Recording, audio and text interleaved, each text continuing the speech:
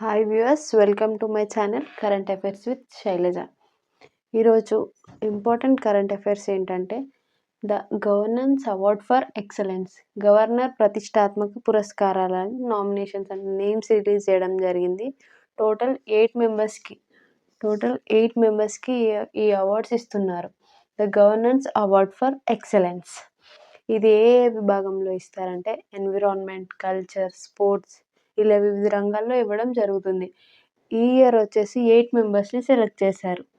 8 members వచ్చేసి Jivanji Deepthi, PB Krishna, M Pandurangarao, Dusharla Satyanarayana, Arekapudi Raghu, Dhruvansh organization, LV Prasad eye institute, Aditya Mehta foundation.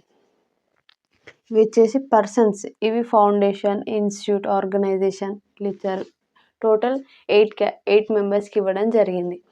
They are Jivanji Deepthi, PB Krishna, M Pandurangarao, Dusharla Satyanarayana, Arekapudi Raghu, Dhruvansh organization, LV Prasad eye institute, Aditya Mehta foundation. ఈ the governance award for excellence ఈ awards వచ్చేసి republic day రోజు మన governor చేతుల మీదుగా వీళ్ళు అందుకోబోతున్నారు.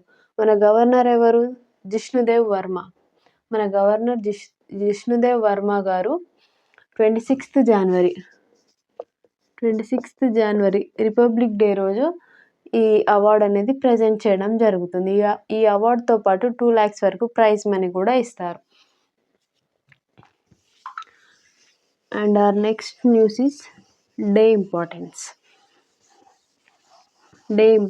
ఈరోజు వచ్చేసి 21st జనవరి. మరి 21st జనవరి అనేది చరిత్రలో ఉన్న ఇంపార్టెన్స్ ఏంటి 21st జనవరికి అనేది ఇప్పుడు చూద్దాం. Day importance. ఇక్కడ టాపిక్ వచ్చేసి డే ఇంపార్టెన్స్.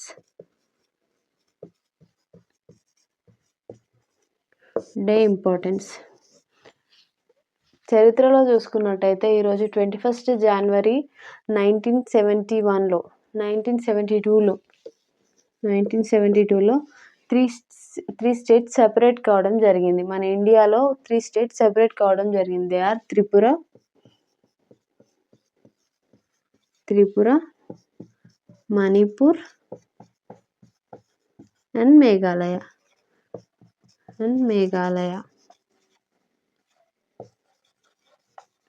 ఈ 3 స్టేట్స్ అనేవి north eastern states.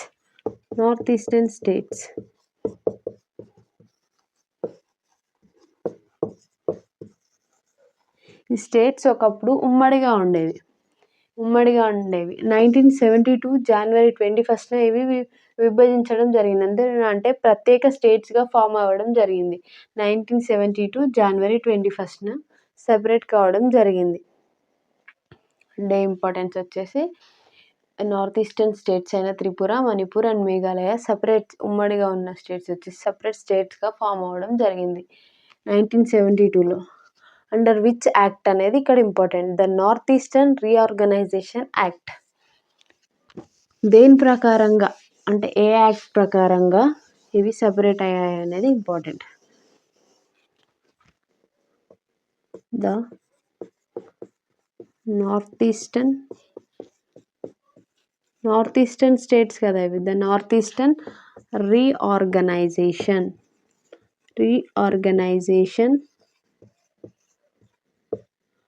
Act 1971.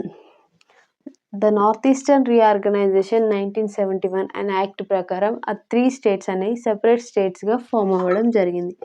They are Tripura, Manipur and Meghalaya.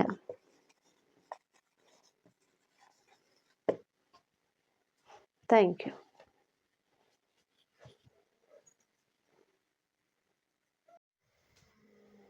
And our third topic is ఉత్తరాఖండ్లో యూసీసీ నిబంధనలకు ఆమోదం తెలిపారు.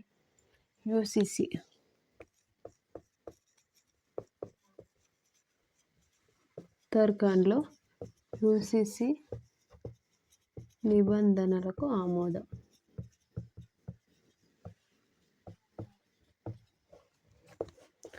ఉత్తరాఖండ్ స్టేట్లో యూసీసీ నిబంధనలకు ఆమోదం తెలపడం జరిగింది. యూసీసీ అంటే uniform civil code.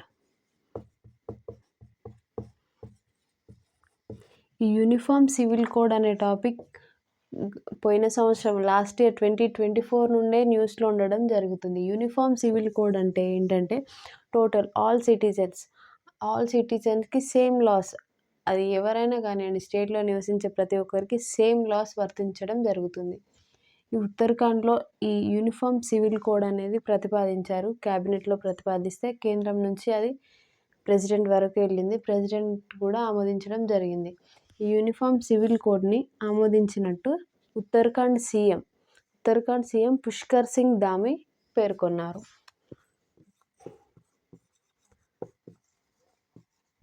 Uttarakhand CM Pushkar Singh Dhami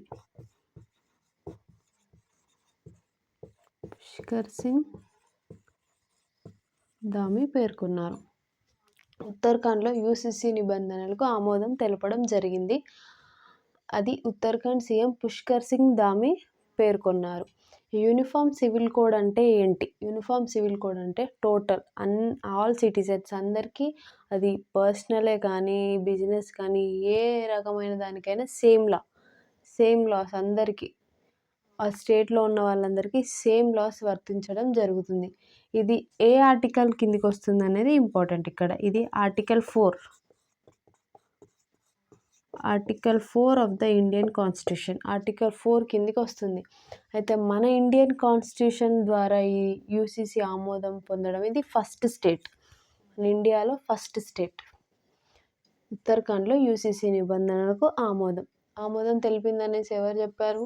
Uttarakhand CM Pushkar Singh Dhami. ఏ ఆర్టికల్ కిందికి వస్తుందంటే article 4. And next topic is volcanoes eruption, అగ్నిపర్వత విస్ఫోటనం. 4th topic volcano eruption. Volcano eruption అనేది ఆల్వేస్ న్యూస్లో వస్తూనే ఉంటుంది. వాల్కెనో ఎరప్షన్ ఇప్పుడు ఇండోనేషియాలోని మౌంట్ ఇబు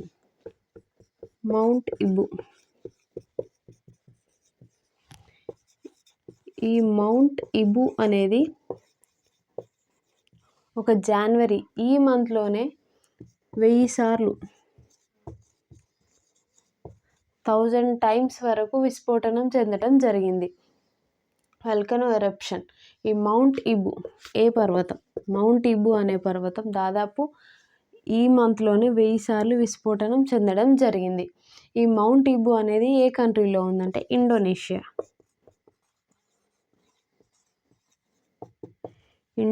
అనేది రీసెంట్గా కూడా న్యూస్లోకి రావడం జరిగింది. ఎందుకంటే ఇండోనేషియాకి కొత్త అధ్యక్షుడు బాధ్యతలు స్వీకరించారు. కొత్త అధ్యక్షుడు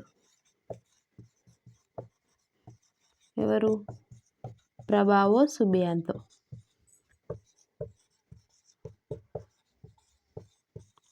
తరచుగా వార్తల్లో వస్తుంది, అంటే ఆల్వేస్ వార్తల్లో వస్తుంది volcano eruption.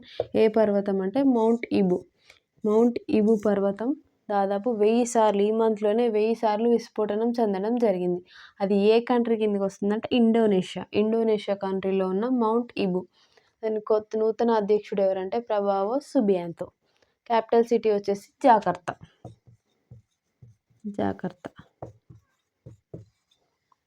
And next news is, మనం రీసెంట్గా నిన్ననే ట్రంప్ అధ్యక్షుడిగా బాధ్యతలు స్వీకరించారు. ఆయన చేసిన ఫస్ట్ థింగ్ ఏంటంటే ప్యారిస్ ఒప్పందం నుంచి వైదొలగడం. Paris agreement. This is 5th topic. Paris ఒప్పందం నుంచి అమెరికా వైదొలుగుతుంది.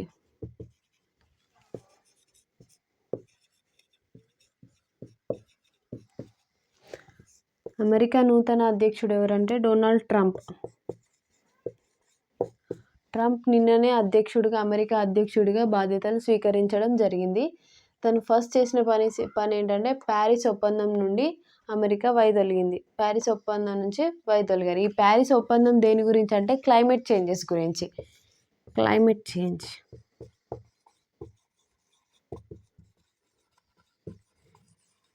ఒప్పందం నుండి అమెరికా వైదొలుగుతున్నట్టు ట్రంప్ అధికారికంగా వెల్లడించారు.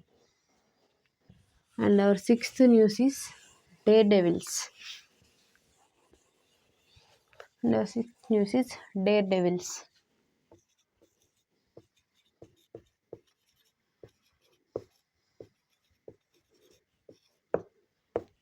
డేర్ డెవిల్స్ మన ఇండియన్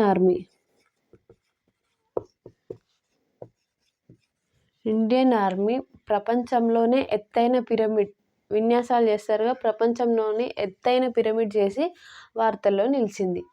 డేర్ డెవిల్స్ అనే గ్రూప్ ఇండియన్ ఆర్మీకి చెందిన గ్రూప్ ప్రపంచంలోనే ఎత్తైన పిరమిడ్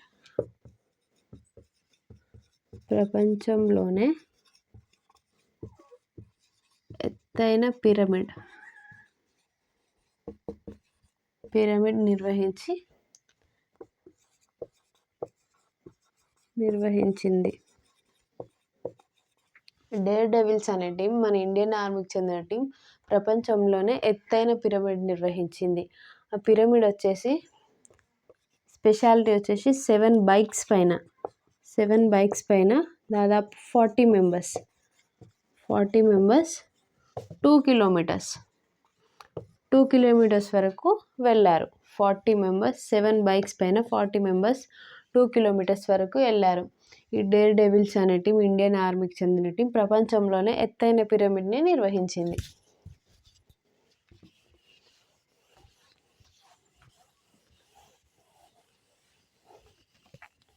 మన సిఆర్పిఎఫ్కి నూతన డైరెక్టర్ జనరల్ వచ్చారు. సిఆర్పిఎఫ్కి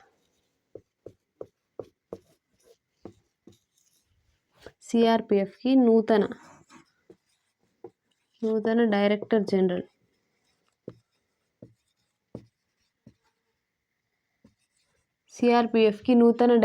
జనరల్గా జ్ఞానేంద్ర ప్రతాప్ సింగ్ బాధ్యతలు స్వీకరించారు. జ్ఞానేంద్ర